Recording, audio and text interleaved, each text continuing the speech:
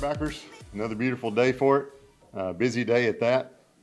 I did want to mention our salute to service that we had Friday night in conjunction with the Bears game with the Little Rock Air Force Base and UCA ROTC. The inductions of the cadets at halftime, both teams on the floor, just a really neat deal. If you were there, you know what I'm talking about. I grew up on Air Force bases the first 8 years of my life, so I'm kind of partial to the Air Force and to the Armed Forces. So really glad we're doing that event. It's a neat deal. Let's get to this week's schedule. Nathan Brown show tonight, 7 p.m. at Walk-Ons on the Buzz 2 106.7 with, I believe, Steve-O and Chris Kane tonight. Justin Akery has men's basketball, which I was getting to. Bears host UAPB tonight at 6:30 in the Fair Center. That is our canned food drive. So run by the store on the way and grab some canned goods for the food drive. Tomorrow night, Sugar Bears follow that up at the Fair Center when they host UT Martin at 6:30. That is our salute to service night for women's basketball. Friday, the Bears are at Vanderbilt, 6 p.m. Friday night in Nashville. There's that city we're going to again. Saturday, Sugar Bears host our old friends from Northwestern State, 1 p.m. that afternoon at the Fair Center. And the big one, the UAC championship bout, the Bears at Austin Peay, 1 p.m. from Clarksville, Tennessee. That is on ESPN Plus, the Bear 91.3, and Jack FM 92.7. We'll start today with the Bears basketball and Coach Anthony Boone. The Bears are 1-1 after a tough loss at Tulsa last Monday and a blowout victory over Hendricks on Friday night at the Fair Center. UAPB is 2-1 overall. They have wins over Champion Christian and Southwestern Christian. Both of those were played in Pine Bluff. And they have a 22-point loss at Missouri in their season opener. Team that we actually play on December 30th up in Columbia, Missouri. Junior Elias Cato is averaging 16.5 points and 7 rebounds in 2 games so far this season. He's also shooting 59% from the field and blocking 1.5 shots per game. Looks like a different player than last season. Really solid player this season. The Bears played Hendricks without 4 players, if you noticed, including Cam Hunter, which we knew about. Hopefully we're getting those injuries out of the way now and don't have to worry about it come conference season. Now let's hear from Coach Anthony Boone. There he is.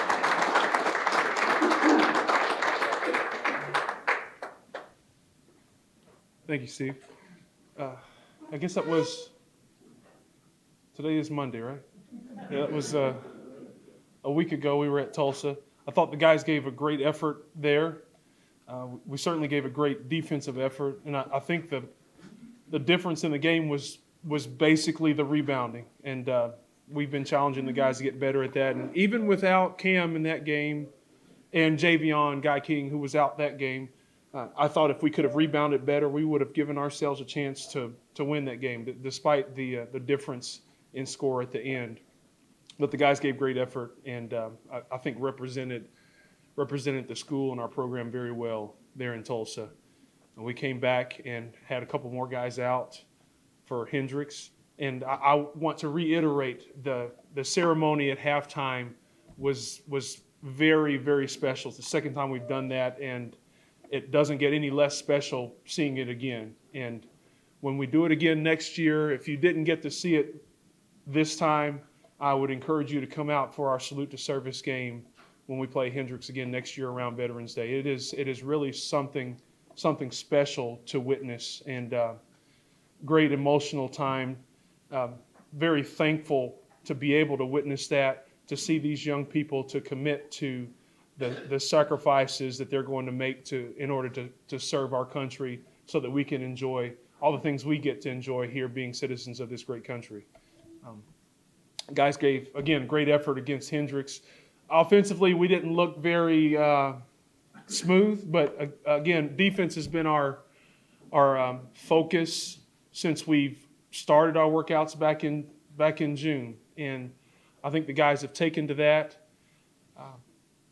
We've worked really hard for that, and we're going to need that tonight. We play UAPB, and they are seriously explosive. It will look like a track meet with how fast they like to play, and they have guys that can really put it in the hole. It's going to really test us. And I believe at this point, looking at how they are and looking at all of our games at home in the non-conference, this might be our toughest home game for non-conference play. So it's going to be very challenging, especially considering we don't have Cam, and we won't have C.J. Daughtery. He got hurt in the Tulsa game. He's still going to be out. And hopefully we'll have Javion Guy King back, and hopefully we'll have Daniel Sofield, who didn't get to play last game, back.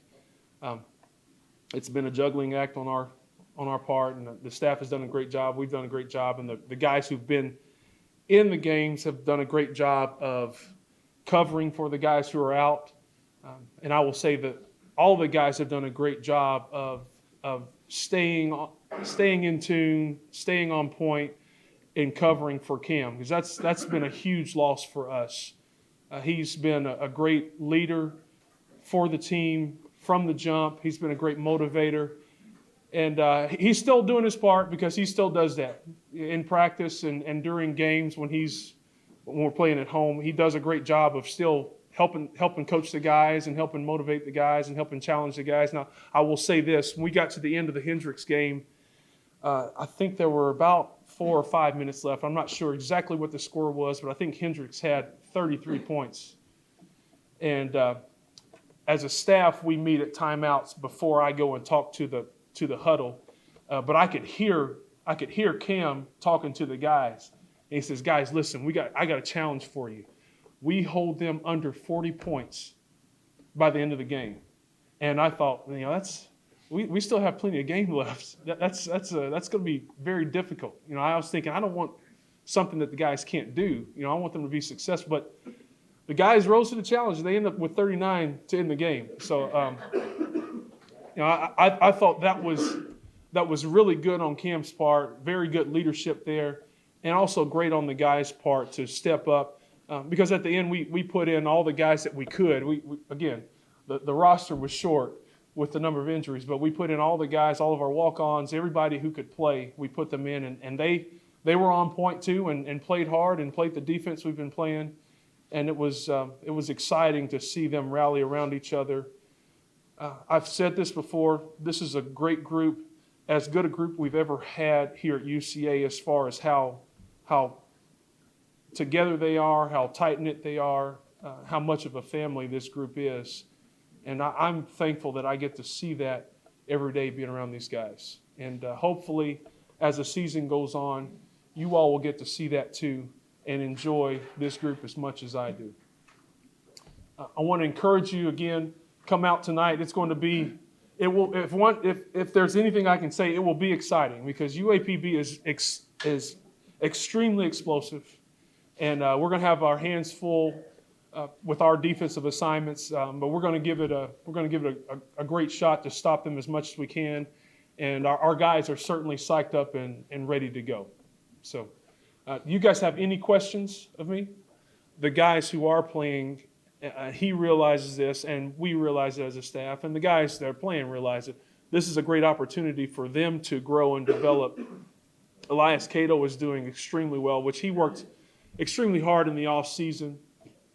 He was challenged in our meetings right after the season to improve on some things, his ball handling, his shooting, and just his focus while he's on the floor. And he's been extremely, extremely good, and has developed into a leader also.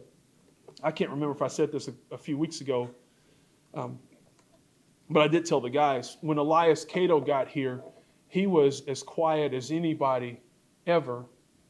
And one thing we've been really pushing on the guys is to communicate on the floor. And he is our best communicator, especially defensively. He's the example we always point to with how guys should be talking on the floor, talking about how we switch, calling out screens, calling out picks, calling out where guys need to go. He has been the example to point to. He's grown quite a bit from last season to this season. Johannes Kirsapu has taken a step in his maturity also. At times, old Yo-Yo comes out, but he has grown quite a bit, and he's continuing to grow. And other guys are stepping up. C.J. Daughtery had a great game at Tulsa. Got hurt during that game, but had a great game at Tulsa. And other guys are getting to develop. Tucker Anderson is a freshman that we expect big things from.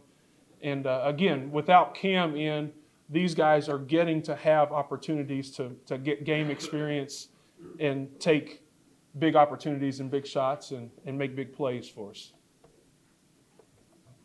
Are there any other questions? Again, encourage you to come out tonight and tomorrow night. Go Bears, go Sugar Bears.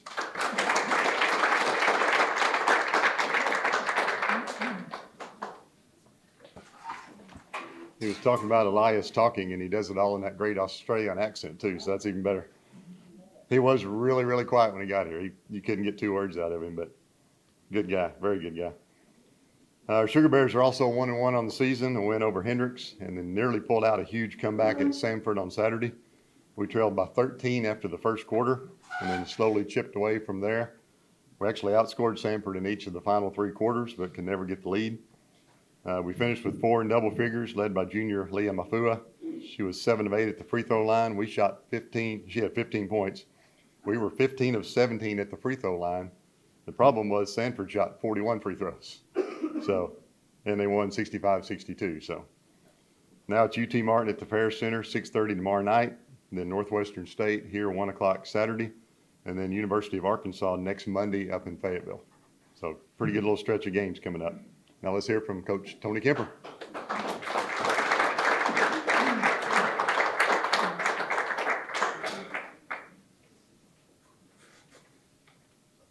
Notice Steve got out of here really fast in case I was going to foul him, if I got close. We had I thought we took care of business last Monday. I don't remember what day it was, against Hendricks. Played like I was hoping they would play. So got off to a good start there. Got to play a lot of people. I think those kind of games, when we play in the right way, are important for that. And then followed it up with, as Steve said, tough first quarter at Samford. Probably more Samford playing pretty darn well. I think they made 3 threes in the first quarter.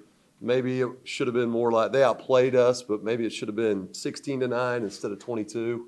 And then we really weren't able, as he said, we got it tied in the fourth quarter, maybe a couple times, and just could never get the basket to get the lead. Fouls were a problem. We'll have to learn that. That's a tough lesson to learn.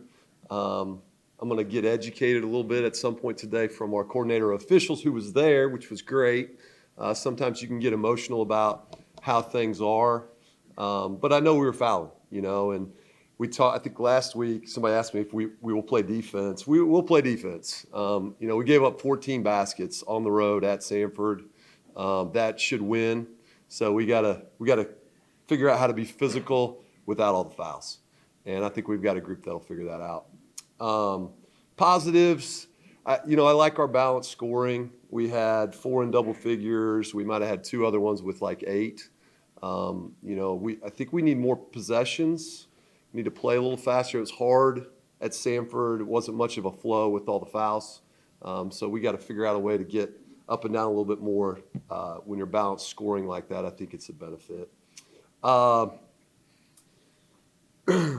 This week, I guess two games. Tomorrow night, Tennessee Martin, program that in women's basketball circles, a lot of people have a lot of respect for. They are 0-2, but they played at Marquette, and they really should have beat Vanderbilt at home and kind of let them off the hook. So tomorrow night will be a tough game.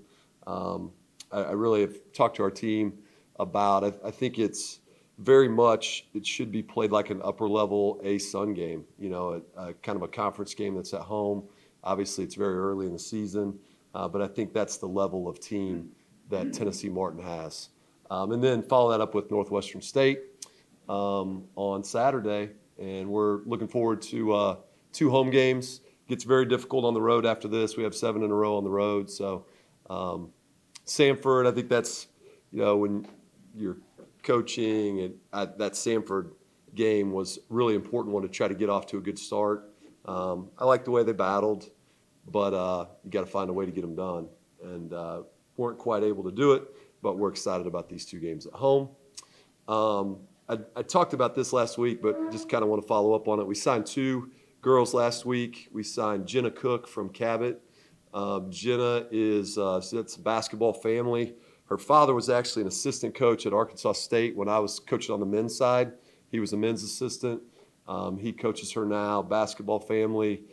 She's a fiery little point guard that can really score. And then we signed Cam Griffin, who is from Clark High School in San Antonio. She is a state champion, so big class in Texas. Her team won the state title. She's got a lot of qualities that I like. Kind of a 6-foot combo forward that can stretch the defense as well. So we're excited about both of them. They bring everything that we look for when we're trying to add players. So last week was a big week. This one, being at home, is even bigger. So tomorrow night, 6:30, Saturday at 1. We'll hopefully see you there. Questions from anybody? Right on.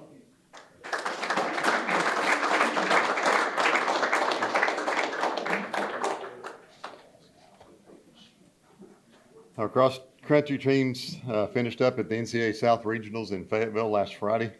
Individually, we set 11 personal records. 2 of the men's runners put their names in UCA record books. Pete Johnson and Jack Dingman ran the 3rd and 4th best times in school history. The women's squad was 13th out of 24 teams. Within the regional, that's pretty impressive. Men were 17th out of 25 teams. Now they turn their attention to indoor track. Begins January 12th back in Fayetteville at the Arkansas Invitational. All right, now football. As before, I'm not going to ask you if you left early. But if you did, you shouldn't have. So exactly. What's crazy about this is you can go a whole lifetime and not see a game like the SEMO game where you outscore somebody 32-3 in the 4th quarter. Okay, we did that. You can go a whole lifetime and not see a Hail Mary from 46 yards out with no time left. We did that. So now we've done both of those in the same season. Pretty crazy. EKU scores with 19 seconds left, and you think, well, that's probably the end of that. You're not coming back from that. Then, of course, we make it even more daunting. We get a penalty on the kickoff return. So now we're back 10 more yards, back to the 17. The pass from Will McElvain on first down to Trustin Oliver was huge. Got us past midfield with, depending on who you ask, 17 seconds left or 12 seconds or 10 or whatever it was, depending on whose viewpoint you want to go with. Back-to-back incompletions then set up the miraculous Hail Mary. It was tipped sideways by Cam Robinson. I was a receiver way back in junior high and high school, and you work on a tip drill all the time, usually tipping backwards. He tipped it and it went that way. Gerard just happened to be coming in from that way, caught it in stride. Unbelievable that he was there and did that. Incidentally, Gerard had dropped the previous pass, the 3rd play of the series, which, as it turns out, was a good thing because the time might have run out, and we'll let Nathan talk a little bit more about that.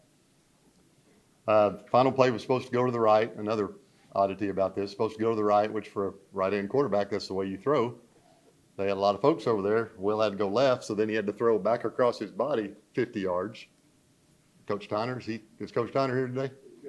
Oh, he's not? He could have probably pulled it off, but anyway, to do all that and the catch and then the review and et cetera, the rest is history. I think we can all agree the MVP of that was Darrell Walsh, though, with the signal.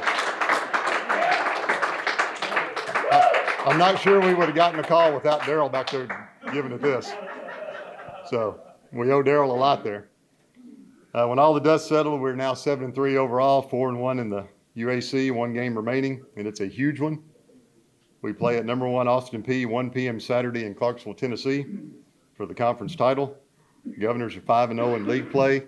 The winner obviously gets the automatic bid to the FCS playoffs. We are 4-0 all time against Austin Peay, 2-0 in Clarksville, so that bodes well.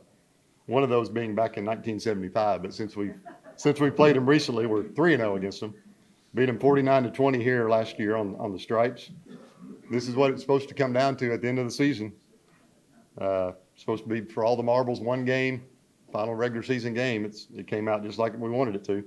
Again, 1 p.m. Saturday. If you can't make it to Clarksville, Tennessee, which is about 5.5 hours away, it's an easy drive. You can catch it on ESPN Plus and on the Bear and on the Point. Now let's hear from Coach Nathan Brown. Thanks, Steve. First thing I want to do is just educate everyone on a Hail Mary. So you don't just line up and just, blindly throw it deep. That's actually something you work on. And I mentioned it in the press conference after the game that, usually on Thursday afternoon practice, that's when we're doing our polished stuff, getting ready for a game. All the game plan stuff has been executed. We practiced it, all those things. Well, then you work specialty plays, some things like Will McIlvain punts, right? Quick kicks. You work some specialty last-minute plays, your last-minute defense, all those things. Well, when you run if you get a situation, a Hail Mary situation, or a you got to score situation, you obviously send 4 receivers out, and so the goal there is, and this is not a UCA thing. This is pretty much a universal thing. So this is what all teams do. But you try to form a diamond, So you send 2 guys.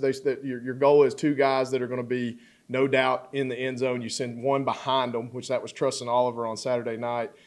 Toward the back of the end zone for the back tip, and then you send someone that's coming in late, delayed in the front for a tip that comes to the front. And as a defense, and I haven't necessarily know the science behind this or the reasoning behind this, the defense has always been coached, and we didn't execute it at all in SEMO because T-Bird intercepted the ball, but defenses are taught to knock the ball down. I mean, it's just knock it straight down. And essentially that's what happened on Saturday night was Will got flushed, and you're not going to go 3 steps, come to balance, and stand in the pocket. Like Will said even after in the press conference, he knew he had to buy time. You have to buy time to get guys 50 yards down the field. I mean, it just takes time. So obviously as a right-handed quarterback, you want to roll right. Well, I thought what our players did maybe better than maybe that's going unnoticed is they noticed that Will got pushed left. Our goal is to go right. And so they saw that. Their angle went to the left because they saw Will going that way. And Will made a unbelievable arm strength he has, almost a fadeaway throw for about 50 yards to about the 3-yard line. And I thought Cam Robinson did a great job keeping the play alive and getting his hand on it. And Gerard was coming in just like he's supposed to in the front, and it just landed in his lap. And then, not to mention just the catch, but then the ability to then force his way, dive over the pile, and get in the end zone. And I thought it was important that the call was a touchdown on the field. Obviously, when you review those things, it's hard to overturn, or it's got to be indisputable evidence. So I felt confident, but I felt real confident when Darryl gave us the signal because the referees wouldn't let anybody back there but Darryl. So because I was wanting to get back there. And but I just proud of our guys, and what I don't want to go lost in this, and I said this also after the game, was that final drive that our defense gave up, how well they played all night. Till that 90 whatever play drive that Parker McKinney and his offense manufactured, our defense held one of the best offenses in the country, really all night. And when we made the decision on that 4th down to pooch punt it, to try to pin them deep, which unbelievable execution by Will. My thought process there was I could run the punt team out there, but your fear behind that is they got a returner, or Chandler hits that ball so high. I mean, he's had an unbelievable year. Chandler Colleran, our punter. He hits it so high, just so many things it's just hard to judge. Even if you're down it, you're going to get a big bounce. So I'm sitting there thinking, well, let's try to draw them off sides. Let's get a cheap first down if we can, finish the game right there. If not, Will's had success all year. So Will did a great job putting it in there. Thought our receivers got down there and covered it well to make them have to track the long field. But what was so impressive I'm going to compliment Eastern Kentucky right now. Their quarterback, he's a fifth-year senior. I've been very, very open about how much I respect and enjoy watching his game. Kid's special.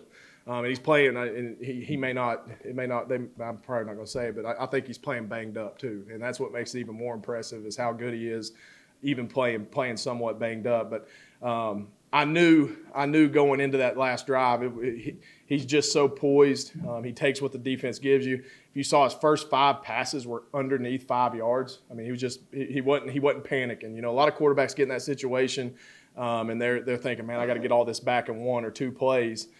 He was just dinking and dunking, and Coach Stacks made a good call, and we almost had a pick 6 on, I think, the 3rd play of that drive. We just missed the play. The ball got through our corner's hands. James Jordan made a good break on it, just didn't make the play. But just an impressive drive on their part. I took a couple timeouts to try to stop the run, stop the momentum. Didn't work, but that's what you expect out of a fifth-year senior. And I'll say it like I said it in the press conference. Our veteran quarterback had just a little bit more than their veteran quarterback because you gave him the ball with a little bit of time as well. And your thought process with that short amount of time is you've got to get a big play early. I mean, there's not enough time. We had no timeouts. You had to get a big play early, and you had to get out of bounds. And what was fortunate for us, they did not come out in a prevent style defense. I was a little surprised about that. They were playing kind of a catch man technique at about 12 yards. And you guys have seen we've started using Trustin Oliver more and more over the last couple weeks. Kid's special, and he's had some ups and downs this year with some injuries. He's had some ups and downs with just some mental stuff. But he's really gotten on track here on the back end of the season, and he's great in one-on-one situations and can really run. And he's almost 6'4", 225 pounds. He's a special talent. So we thought we'd single him up, give him a chance, and he made a great catch. And honestly, if Will hits him in stride, we probably score on the first play because he faded Trustin to the sideline like you're supposed to. But if he hits him in stride, Trustin was behind his corner by about 4 or 5 yards. I mean, it was a great play. And then after that, it's really we tried to take another shot down the other sideline to Trustin. Obviously, it came up incomplete. And then the next play, the third play of the drive, we had another kind of vertical game with a deep end cut, thinking, hey, let's catch it, get down, maybe we can get a game time field goal. And that play took a little bit more time than we wanted to. Will had to step up, and fortunately for us, unfortunate at the time, I'm sitting there wanting to kick and scream, and Gerard dropped the ball. And it's crazy how that works sometimes. And I know Gerard too, and he's been coached, and he's a very disciplined kid. He knew get down and let's spike it. But there still it probably would have been another second go off, and you can't spike the ball with 2 seconds or less. So it probably was a blessing that didn't happen, that he dropped it. And what was funny in the moment, he's sitting there thinking, I just lost the game for our team, and then the ball finds him on the final play. It's moments like that I said this again the SEMO week you're so happy for your players, you're so happy for your program, you're so happy for your staff because all the time and effort spent into that, and really just the answer and resolve you have in those situations. Totally separate deals, and I'm kind of paralleling the two games because they're just both almost as unbelievable as one is as the other. Just the belief to continue and not quit till there's 0 on the clock. And so, I was asked after the game, like, did you ever doubt your team? Did you ever think that could be happening? I said, pinch me, I'm human. Of course I doubt it. I mean, you got 19 seconds left, 88 yards to go or however many yards it was. I think it's human nature, but your players are the ones that have to go do it. And I think we showed a lot of poise. And then just the game of football and sports in general. I mean, you look at our sideline when they score with 19 seconds left or 24 seconds left, whatever it was, and then you look at their sideline and just the thrill of victory is in their grips, and the failure, the feeling of defeat is on our sideline. And then 19 seconds later, it's totally flopped. I mean, sports is a weird deal, and it teaches you a lot. And there's no question that our players have been taught a lot about resilience, about fight, about belief, about culture, all the things that you try to preach during summertime, springtime, leading up to the season. And then we've seen it go to work a lot this year. So I'm just super proud. And what made it even bigger, and I'll move on to the next game real fast. I don't want to stand up here all day, but what made that moment even bigger is what it resulted this week to be. Right? That win was awesome. And that win is one of the top wins in my books that I've ever been a part of, and I've been a part of a lot of wins at Estes Stadium. But what the result of that win equals this week is what makes it even sweeter. And so what it equals is a championship week. It equals a week-long preparation and opportunity that we talked about last night in our team meeting. Everything that you prep for, everything that you do on a 365 day, 24 hours or 365 days in a year, 24 hours a day throughout the year as a student athlete leads up to this week. I kept telling them, this week is why. This week is why. This week's why you do early morning workouts. This week's why you set records in the weight room. This week's why you do Defend the Stripes run around the campus. This week's why you make your grades. This week's why you're eligible. It's 4 weeks like this. And so it's really neat that this week and the scheduling worked out the way it did. We couldn't anticipate us having this year or Austin Peay having the year they're having it, but it equals a great showcase for the UAC, in my opinion.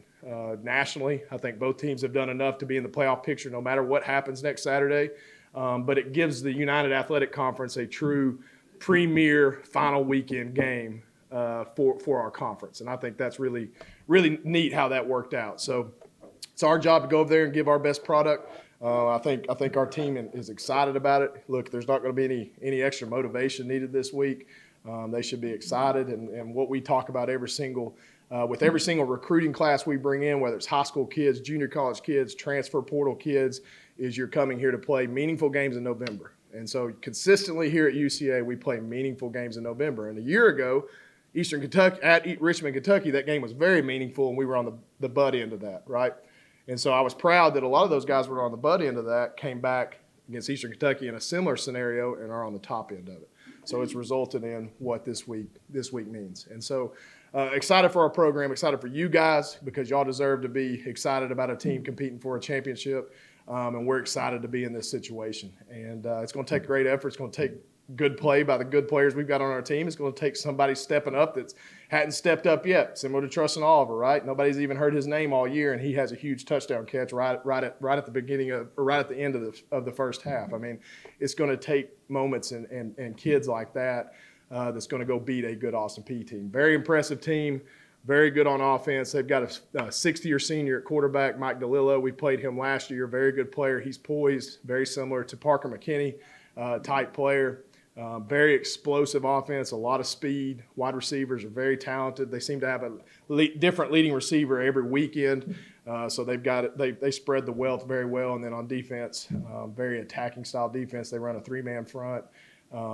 But again, they've won 8 straight games. They're one of the hottest teams in our level of football. And that's a big deal. We've won, I think, 7 of our last 8. So you're talking about two teams that are pretty hot right now. And both teams have had, if you look at it, both teams have had big wins and tough wins and wins that have came down to the wire. I mean, Austin Peay beat Eastern Kentucky the week before in overtime. Austin Peay won on a safety against Stephen F. Austin. Things are bouncing their way too. We feel like everything's bouncing the Bears' way, but Austin Peay's feeling the same way. They've had a lot of balls bounce their way this year, so we've got to be prepared for it. So it'll be a fun road trip. I'm excited about the early kickoff. We haven't played a 1 o'clock game yet this year. I'm excited about that. It's supposed to be beautiful weather. They're in Clarksville, Tennessee. We'll leave on Friday morning. We'll get over there. We'll stay, and we'll get ready to go put a good product on the field on Saturday. So I'm excited about it. With that being said, any questions? All right, let's do it. So, is there an automatic bid? Yes. So the winner will get the automatic bid. So I mean, we're taking the approach. We feel like both teams, in my opinion, and I'm sure Coach Walden would say the same thing. We feel like both teams have done enough to have a conversation. No matter what happens on Saturday, but the winner gets the automatic bid. And so we're taking the approach. Win and you're in, and that's our only way to go about it. We don't want to leave our resume in the selection committee's hands, even though that it's nice to be recognized in that situation no matter what. But you win, you're in. It's automatic bid for the UAC. Ron? Who won your son's Super Bowl? Luke won his Super Bowl, 34-0. That was a big. We had a big week. We had a big week for the Browns. He won the Super Bowl on Monday night. He killed. Hey, and here's what I'm gonna tell people, this is my public service announcement. I get it was opening weekend of deer season, and that can hamper attendance sometimes. I've been at UCA long enough. I think a lot of people deal with that. But my son killed a deer Saturday morning, and he was in attendance Saturday afternoon. So there's no excuse for attendance because of deer season. Hey, I love deer hunting as much as the next person, but I'm not going to miss the game. I promise. You got me? Appreciate y'all. Looking forward to this weekend.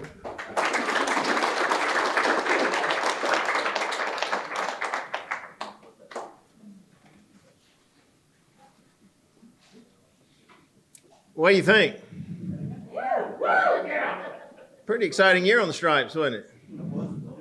Not bad at all. You know, I think about that scene that we all remember from Saturday, and I watched it several times yesterday. And Daryl, you were, I mean, it lifts me up. I mean, just to see Daryl.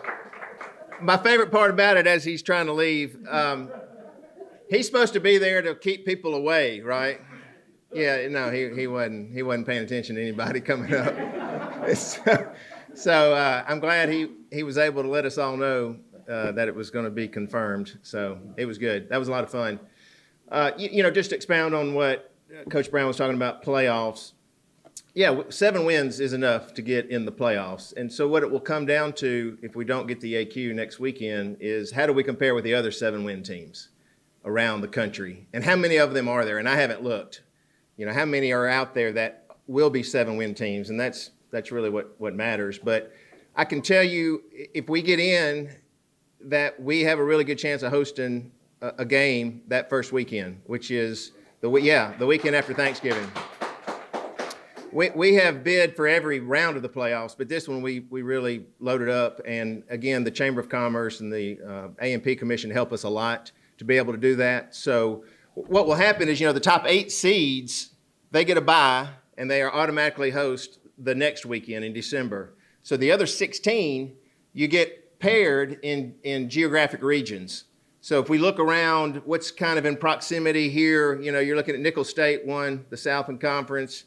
UT Martin is a good program in the OVC. So those are the type of programs we might be paired with. And so once they set the bracket and they see who is paired, they open the bids to see, you know, what financial guarantee was there. And so we should be favorable against, I think, either one of those programs. So I feel good about it, being able to host a game. And so our staff has already started working on what does that look like for that Saturday. We also have 2 men's basketball games. One includes our team and one does not. We have a tournament that we host during Thanksgiving. So there'll be a lot going on that Saturday. It'll be a lot of fun. You know, this time of year, just loving that basketball has started, and as it gets colder and wetter, we can go indoors and watch some basketball. So I encourage you to do that. And games tonight, game tomorrow night, game Saturday. So a lot of good stuff going on. What about questions or comments or anything I've not announced? Everybody good? Rex, you good? Yeah, you like that? Touchdown tacos. That was cute. I think Rachel sent that out. Thank you. That was good. Pretty good photograph there too. Steve, anything? We good? All right. Y'all have a great week. Go Bears. Go Sugar Bears. Bear claws up.